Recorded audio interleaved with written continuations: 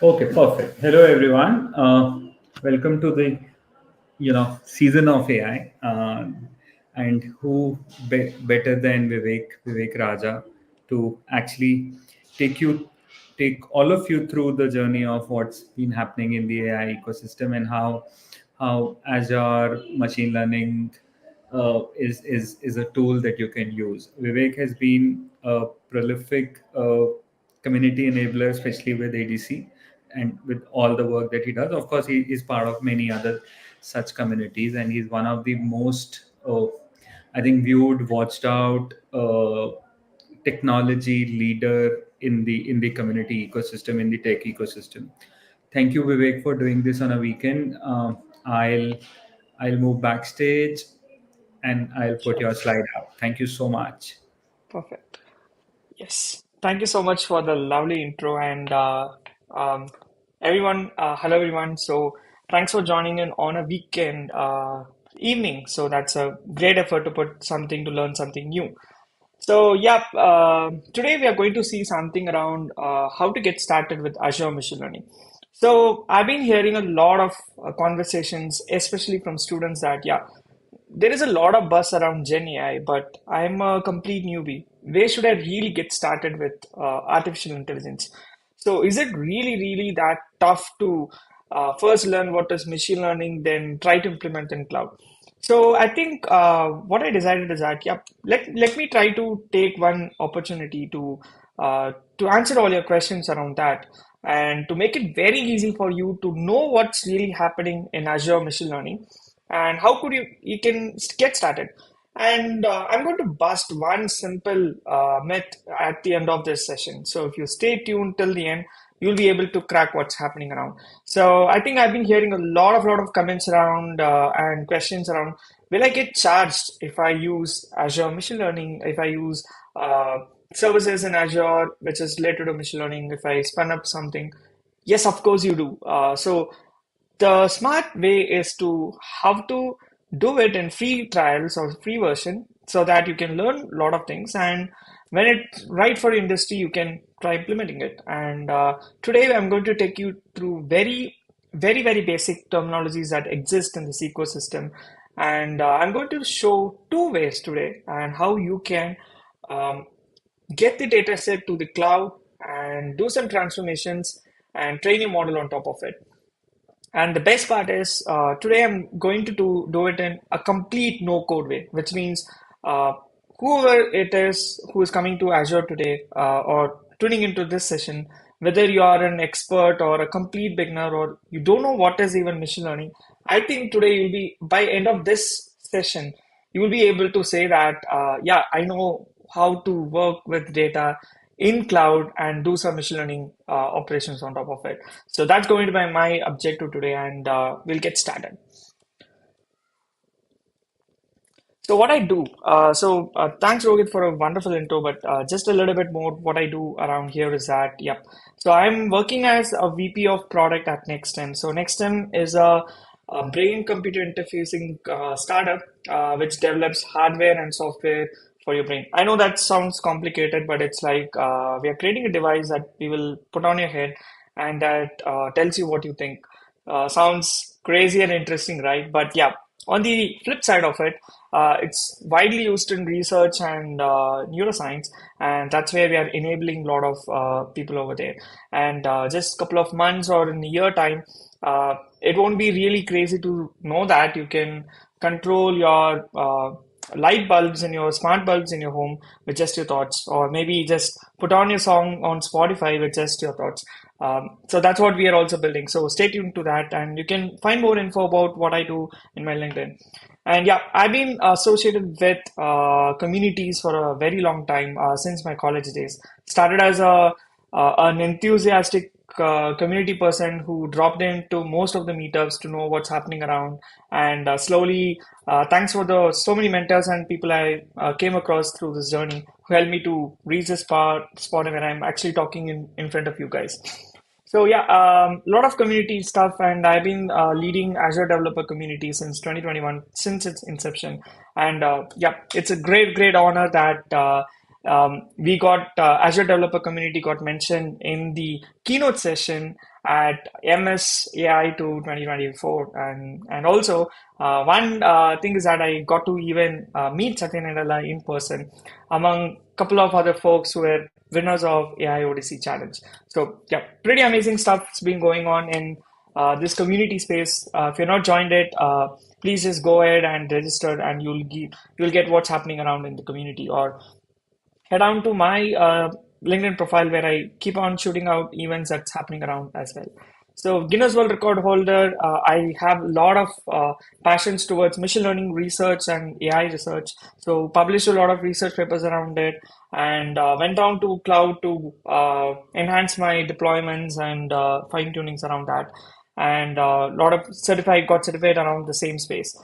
And hackathons have been my time pass or hobby since my college days. And though I'm not that much active in hackathon eco space at the moment, I do get to judge few ideas then and there. And you can my Instagram or LinkedIn where I try to create some videos, short content videos. If you like it, tell me what should I talk next time, and I'll be happy to do a video on that. Besides all this stuff, from startup to community, yep, I do go around, play guitar, or if you're on Instagram, my personal Instagram, I'll spam you with Instagram reels if that's the case. So yeah, so that's what I do, and let's go to this is my it has all my handles. You can take a screenshot or a photo or just scan right away, and it'll point to my social handles, and that's how you can get connected to me. And if you have any doubts or something, just go to my profile and shoot a question. I'll be happy to help you around. And yep, if you haven't joined developer communities, yep, feel free to do so. And we have been hosting a lot of events then and there. And stay tuned to this season of AI in YouTube as well. We have a lot of interesting and expert folks who are coming in to talk about what's happening around in AI space. So what's going to be today's talk? As I told, my aim is to get you guys enabled to start with machine learning in Azure and with no code. So again, even basic Python programming is not we are going to use today, but yeah, that would be quite helpful if you're going to the third way of doing it. And if you have a little bit of experience about machine learning, that would be cool. But if it's not, don't worry, that's not going to be a problem. And get started with Azure account. So I hope so. If you are a student, you get a $200 credit, if I'm not wrong. Or be very careful around using pay-as-you-go subscription, and make sure that you use uh, cloud alerts and billing alerts so that you don't cross any limit.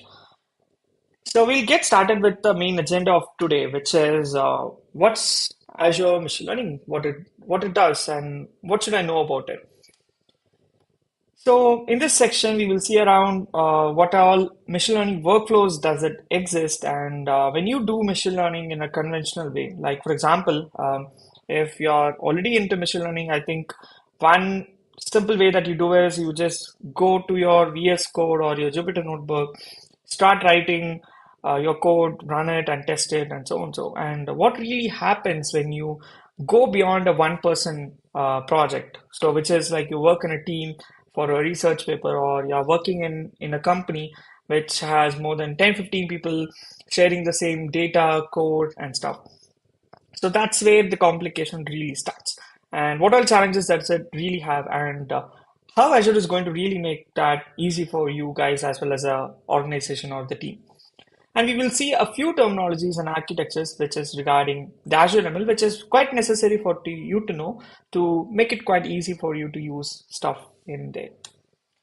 So to understand what happens in while you do something, like while you wanted to learn how a data works and how you want to train a machine learning model on top of that data, there are a couple of steps you want to do. So briefly, that can be put under a couple of ways.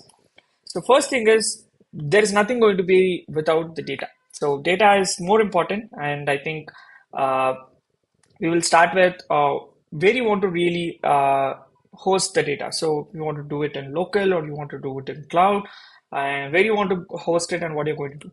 So once you have the data ready, and that's where you can't simply put it through machine learning model and expect it to learn how the data patterns work like. So yeah, that's pretty difficult, right?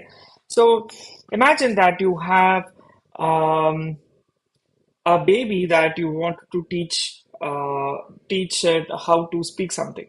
So it requires a repeated way of telling something, and also make sure that you associate those words with actions, triggers, or something, so the baby tries to learn something out of it.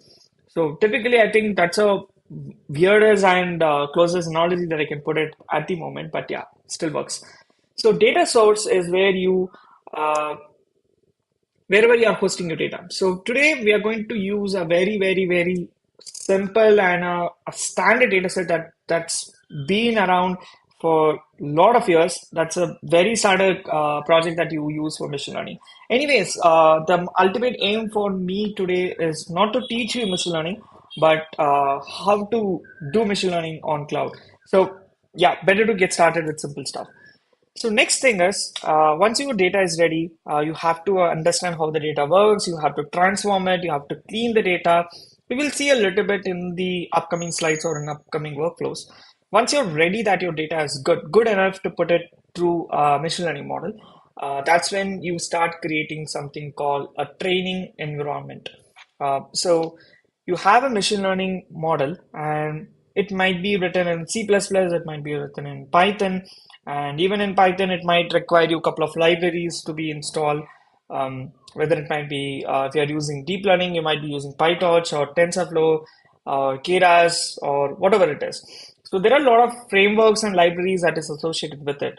And which means when you want to train your model, you want those library written dependencies to be existing in the same machine or the compute that you're been using. To help you with that, we can create a virtual environment or a separate an instance, a compute instance, or maybe you can create a Docker image and make sure that you install all the necessary libraries or necessary stuff for your machine learning model to be able to run in that environment. So that's what we call it, a training environment. And it's pretty much, if I wanted to put it in simple terms, it's nothing but your requirements.txt file if it's Python. So simple as that. So now you have your data and you have an environment where you could actually start training your machine learning model. So where is a machine learning model? So for that, you have to select a machine learning model. So how do you really select a machine learning model? It depends on a couple of factors. So it depends on what of your problem that you're trying to solve. Is it a classification problem? You're trying to solve whether it is one, two, three, four, or more. A selective, distinctive, uh, limited number of outcomes. So that's classification. If that is infinite, that there is an infinite number of outcomes that could come. For example, it can be a whole number, which means or decimal number or whatever it is. So if I tell that 132 might be an answer for this, or it might be like 1246. So if you if there is a continuous value that is going to be the outcome that you're going to expect from the model, that's going to be regression. And these are called supervised learning. So we can talk about all these machine learning basics if you are not good. But for the context of this particular session, I'm still throwing out keywords so you can go back and refer and learn and come back and resume this video so it makes complete sense. So, there are different types of machine learning problems, and once you identify the problem, whether it's classification, regression, or clustering, and so, you try to choose a model which works best for you. So, again, how do you do it? It's more like a trial and error method. Like you feel that, okay, this model, SVM really works for me, or something like that. But again, you might be really wrong. And that's where the machine learning engineers try to deploy or select multiple models to see how the results vary. So let's assume that you have finalized and you're happy with one of the models and you prepare a training script. And what does it do? So now we have three entities. So we have a training environment, your data exists, you know what model to use. So you want a model to get trained on the data. So to instruct that, that's where you need to write a script. It can be a Python, it can be C++, or even shell commands if you're really interested to work on that. So you write a couple of pieces of lines of code that takes the model to be trained on the data. Simple as that. So once you trigger that particular script, your model gets trained, and for the model to use all the necessary libraries, this training environment still works best. So what happens after that? That you get a result that, okay, the model is able to classify 70% always correct. Like I can't say that that's not the right way to say it, because there are false positive, true negatives, and a lot of four different stuff. So just for the sake of simplicity, I'm saying that the model is 70% accurate, and you're not happy with it. So what could I now change that could improve my results? Yeah, the first thing is, yeah, I could go ahead and try out different parameters that the model has. For example, if you are going with SVM, you can change the alpha. Or if you are going with even other models, you can see a lot of parameters which actually changes the model's uh, behavior. So you try to change the values for the model and see how it improves. For example, I'm changing few parameters, and for some reason it improves from 70 to 73%, which I'm still happy. Now I'm okay. Now it improves, but I'm still not happy. You go ahead and try it out with different models with different parameters, and once you reach a satisfaction level that, yeah, it does really work well. Maybe I'm achieving a 99%. It's not really true, but yeah, 80 to 90% of the accuracy. So if I'm really achieving it, yeah, I'm good enough right now. So you finalize the model. Now what? So I think most of the college folks or people who have been working with data or trying to learn machine learning, obviously, like they think that the job is done when I'm able to train a machine learning model and see that the accuracy is done. But the real game starts after this. So when you go to an industry or any project or even a research environment, the whole purpose is to enable people or users or end consumers or whoever to be able to get the predictive analysis from the model. So how to do it? So you have a trained model. It can be like .pt if you're saying that in whatever it is. So you have a trained model, and now you have to put it in a training environment with a compute power, where I'm going to send the data and I'm going to receive the prediction. So again, the deployment environment really works, which most of it includes the same as the training environment with a couple of more or less necessary stuff. And you have a trained model and find a way or create a pipeline that could take the data or the data that we need to predict on top of it and pass it through the model and predict it. So how do you do it? You write a inference script to take that data and run it through the model, and you perform the prediction. So I think we spent a considerable good 10 minutes to understand how a complete machine learning stuff works.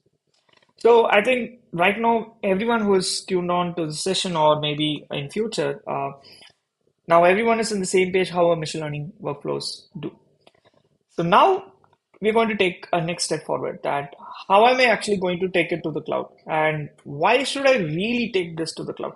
So now pretty much we know what really happens, but what are the challenges that I really encounter here? So let's imagine I was telling you that you have to try it with different models and different parameters. How do I keep track of the results?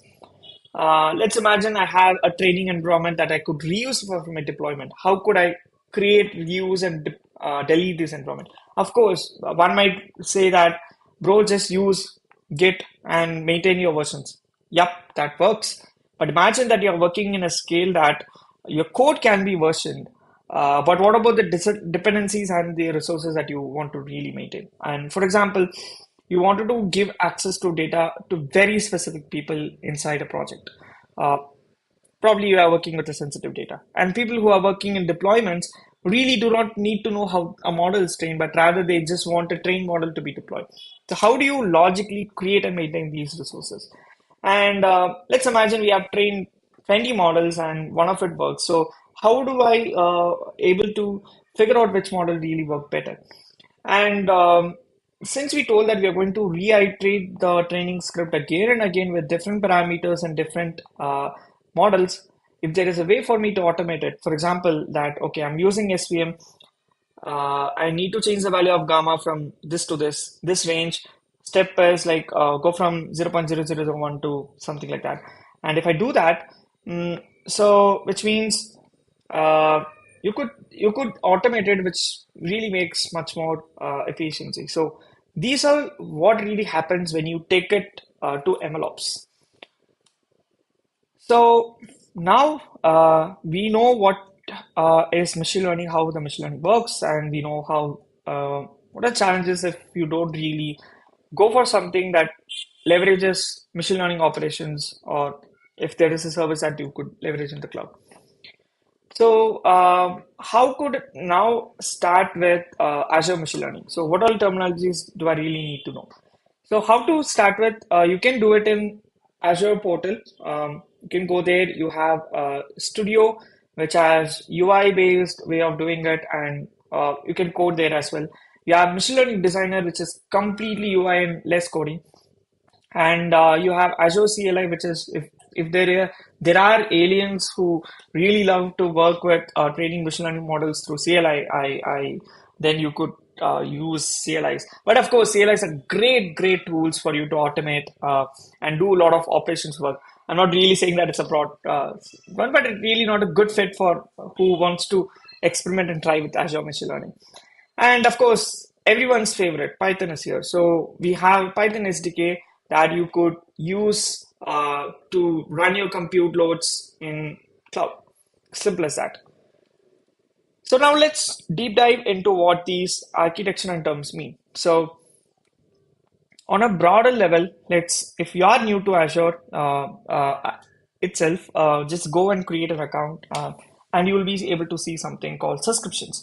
So subscriptions denote uh, what you're eligible to do within that complete Azure account. So, for example, if you're free, that means you have a limit to do something with it. And I'm using a pay as per you go. So every time I use a service or leverage something, I get billed for that. So you can logically separate services and workloads inside a subscription, and you could group these services into a group called logically called a resource group. So you can associate multiple resource group within a subscription and so on. Let's quickly go and check how that looks like in the portal. So this is your Azure portal, and this is where the subscription, this is called a subscription. Be sure you go and change your machine learning and billing alerts. And resource groups represent how I want to logically do that. So I have a resource group called Azure Demo, which means that once this session is over, I'm going straight and deleting those resource groups and terminating all those resources. Yep, that's how you can do a lot of stuff very efficiently. So coming back to our presentation, so you know how an Azure hierarchy works. Now let's come to Azure machine learning and what really exists over there. So in Azure Machine Learning, we call something like workspace. So workspace encompasses everything. So, and what all it encompasses. So you have a lot of assets where you can, it's called environment, where you can create, maintain, and reuse environments. And experiments is where you could associate some repeated activity under a logical name. And pipelines are something that you could associate steps of some process in a sequential or parallel way, and you could make it you could actually make it in such a way that you could pass parameters to this pipeline to customize it whenever you want, and you can execute that. And most probably you can associate that this execution ties to an experiment which is going to be run in an environment. And data sets is where, of course, pretty much self-explanatory models and endpoints. Endpoints refer to the deployments that you will see over there. So we have two link services, which is called data stores and compute targets, which denotes that where is the data being stored and where are your workloads going to be executed. So that's data stores and compute targets, respectively. And managed resources includes instances and clusters. So Azure offers you a lot of varieties of compute that you could leverage, which depends on like how much virtual compute I need and what's the pricing that associated with it, what is the storage I need for that. You could select according to what workload that you are going to be executing. So pretty much we are going to go with the demo. So I'm going to choose something which is going to hurt less for my bill. So which is typically, we'll see when it comes over there. And what all it's dependent on. So since you have Azure storage account, that's where you could leverage that to store your models, data, or any necessary outputs, logs, etc. like that. Contain image registry is where you try to, it's a managed service which helps you to save uh, images. So what I mean, it's not the image, it's Docker images that you could take and store. So which helps you with maintaining environments, or just pick the image and put it in a cluster and run over there. So it works. Key Vault, of course, for security and keys that you could generate, and application insights is where you try to see the logs and other stuff. So this is an overview of how the architecture and terms exist in Azure Machine Learning. And I think I'm pretty much it's okay to skip these slides because we have explained it. And I'll make sure that to drop this in my GitHub so you can go back and refer to these slides probably later. So we know that Workspace is a complete, which associate a lot of Azure resources and stuff. Experiment is like a named process, which usually runs a script or a pipeline. And the run context is where what really went through that execution. So now let's go ahead and start training machine learning models. So as I told today, I'm going to help you with two ways to get started with Azure machine learning training your machine learning model in Azure, which is going to be a no code. So we are going to leverage two things. One is the Azure Machine Learning Designer, and the second is guess what it might be. It is nothing but your automated machine learning. So if you have any doubts, I could love to take it at the whenever you are stuck or if you want to shoot any doubts. So ways to train your model, you go ahead with designer, automated machine learning, or you do with the core developer way, that is write your Python code and execute over there in the cloud. So we have a couple of ways to do it, and you know how that works. So let's start with the designer, the first way of doing it, and I like to go to Azure Machine Learning. So you can search over there in the search bar, or if it is there in this, just go ahead and click it. And I've already created it, but just create a new workspace. You know what a workspace is right now, right? So create it, and it asks a couple of details about the name and etc. Just give the details and start it. And once that is there, I could launch this particular workspace. So let me launch it. And it has a lot of stuff. So it includes notebooks where I could run the notebooks over here, automated machine learning designer, tracing, datas, jobs, pipelines, a lot of stuff. And you could still start with Gen AI right away with the demos and examples and notebooks that is already available. Yeah.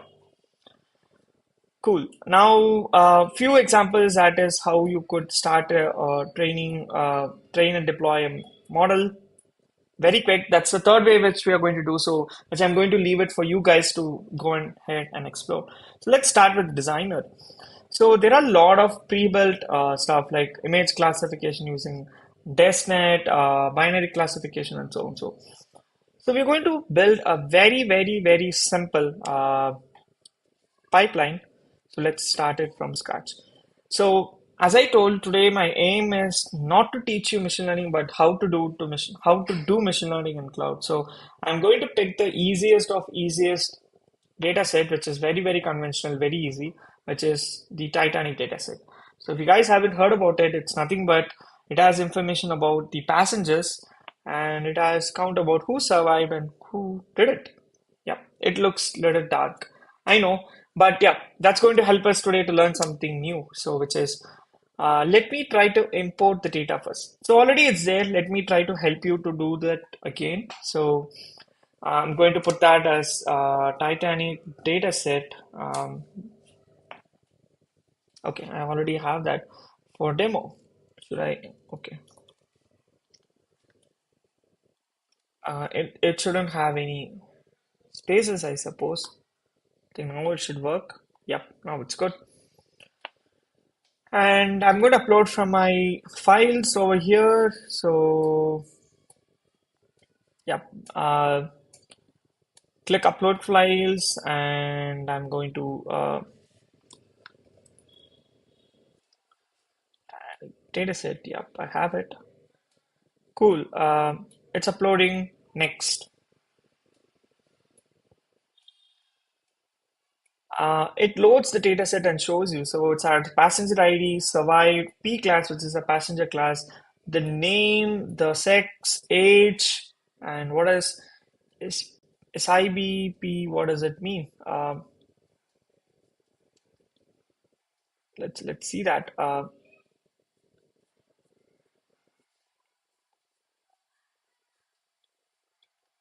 Cool. So there are a couple of columns over here. So we're going to take one which is quite easy. So everything is pretty good for us. So I'm going to click next.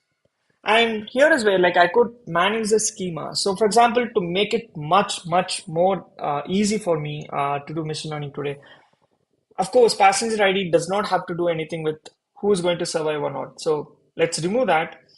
Passenger class does, name doesn't really do, but gender really matters because it has a preference who gets to get on the lifeboats first, right? So yeah, of course, and age also matters.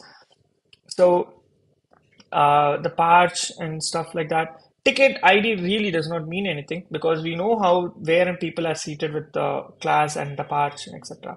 And even how much I paid will not really help me to see if I survived or not. No, it's not going to work. And for now, to make it very easy, we're not going to touch strings today. So let me remove that as well. So we're going to do with a lot of integer stuff, which is going to be this one. But yeah, I'm going to help you with doing something with call the gender. So it's still string, and how am I going to make it easy for the machine learning to understand whether it is male or female? I'll help you to show that today. So, yep, I'm creating this particular data set and it's being created. So I'm going to use it today and use data and it comes over here. So now what I want to do is, as I told, I wanted to make those gender as zeros and ones, which is easy for my machine learning model to understand. So how I'm going to transfer, I'm going to do something called one hot encoding. So let me try find that. Let me check if it is there or yep. Let me go ahead and check if there is an operation for me to convert those strings into um, this one. So there are a lot of ways for you can do it. So then, yep. So yeah, obviously I think we can run a script by ourselves. So for simplicity, again, we can go ahead and use an algorithm today. So again, whatever works for our classification, because survived and not survived is only aim for us. So let me go to classification and see what all available models are there for me to use it. So let me do two class classification. Yeah, that sounds good. So let's I do that and I'm going to, okay. Now I wanted to uh, transform this data and I need to train this model. So let me go with model training and I'm going to train a model. So this requires two things, which is a data set, which I'm going to connect over here, and I need to collect which algorithm it needs to train. Pretty simple, but it still requires me to do something, which is what? what is the final value that I like to do? So, so survived is the one which I really need to do that. So I'm going to save, and if I do click configure and submit, that's where the model training will start. This pipeline will start executing, which eventually takes you to that. So I'm going to show you, which I already trained, what really happened with that. So let me go to the pipelines and yeah.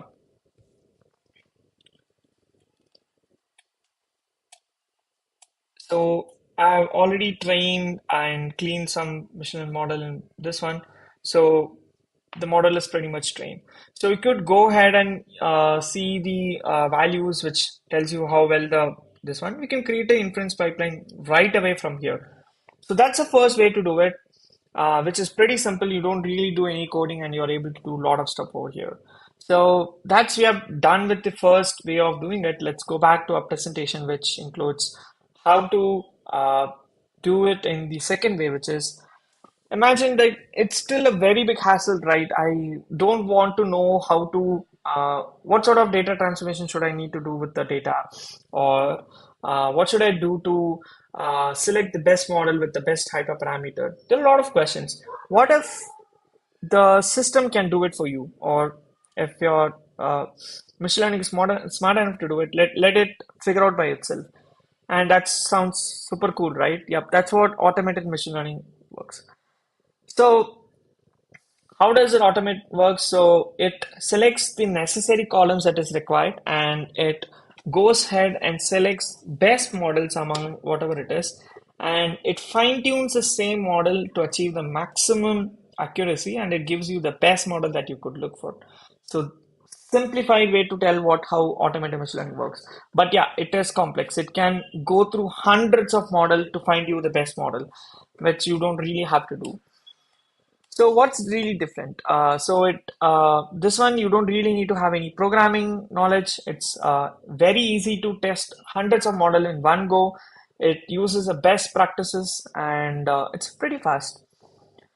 When to use automated machine learning? So this is one question. So I do get heard a lot that is automated machine learning really a curse for data scientists or machine learning person because it robs of their expertise.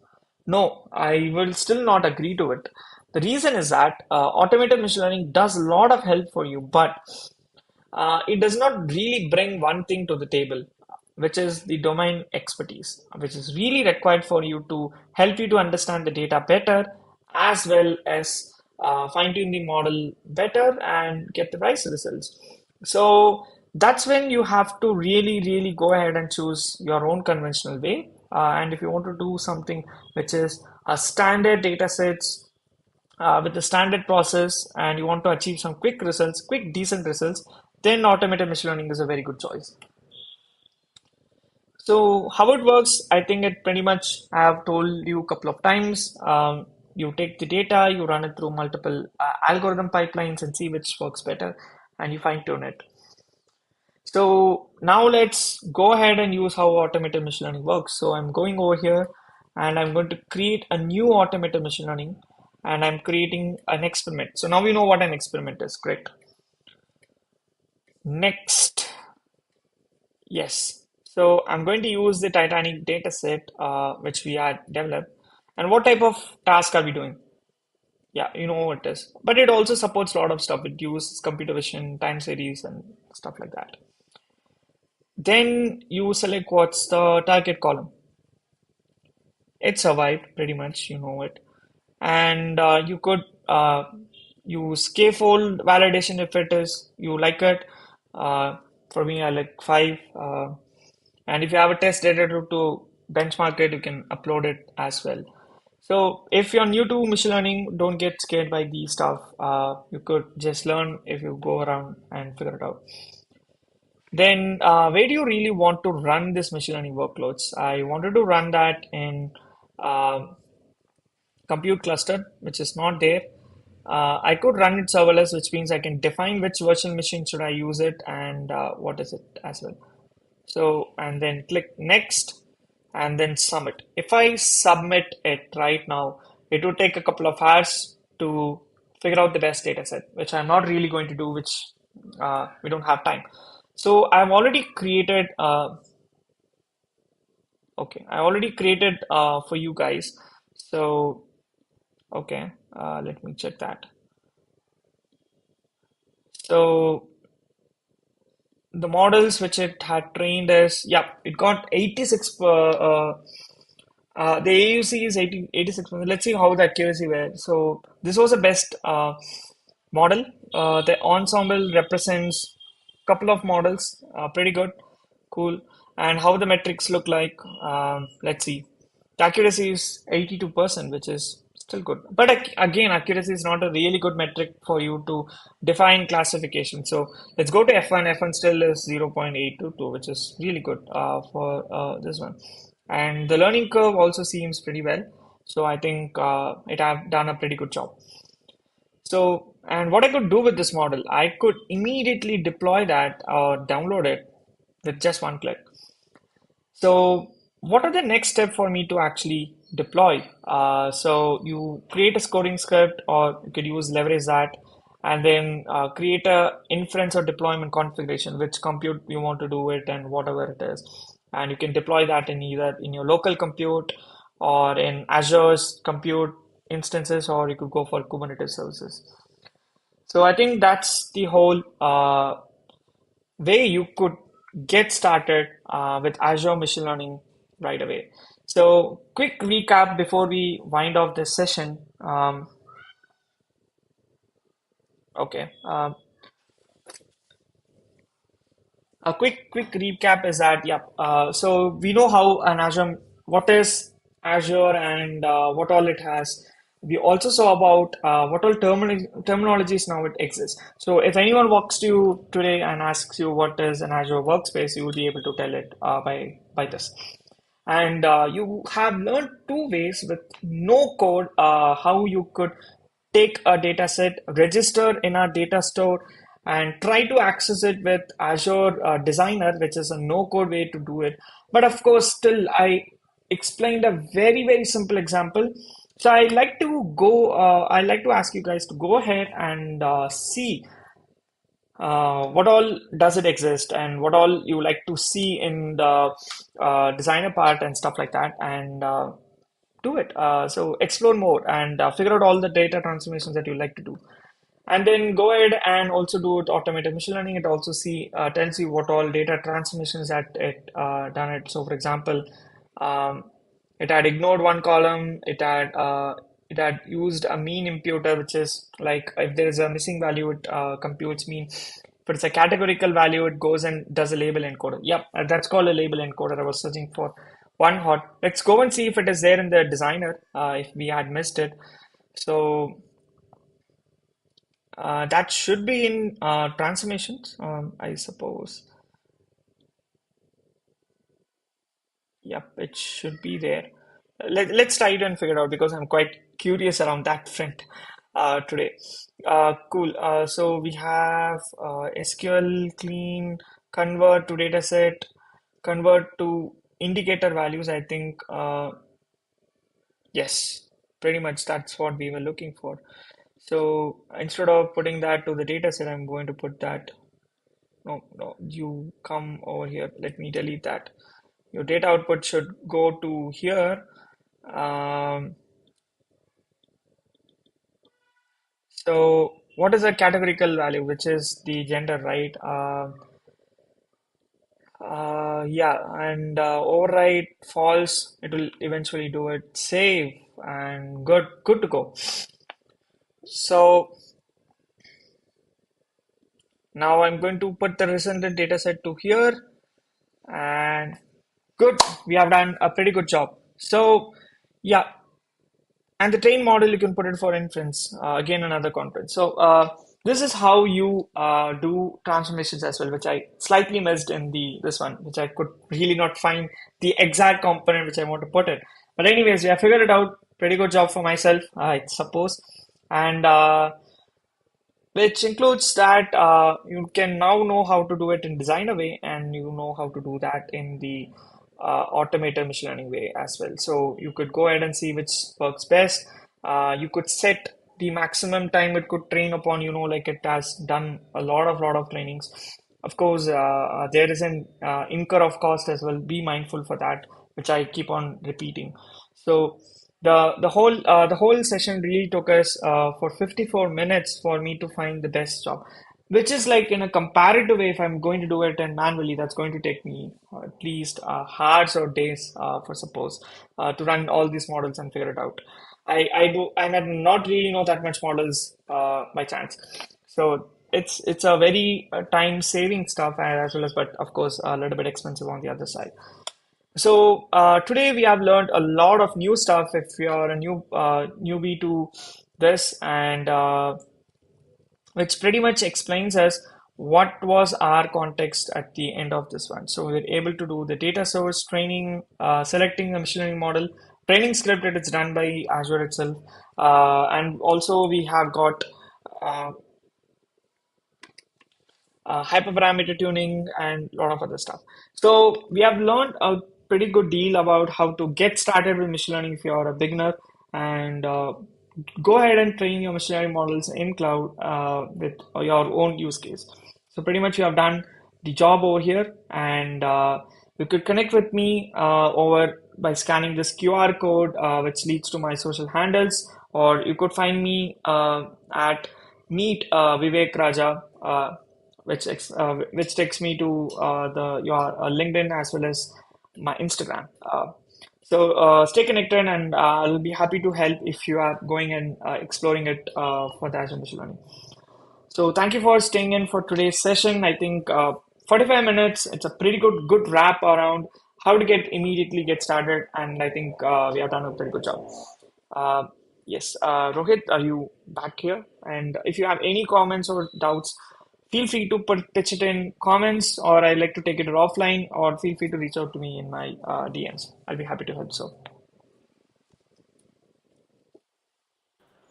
Thank you, Vivek, for doing this on a weekend. I really loved this. We'll quickly now edit it and send it out to larger audience. Thank you so much. perfect. Yes, Yeah. thank you. Bye.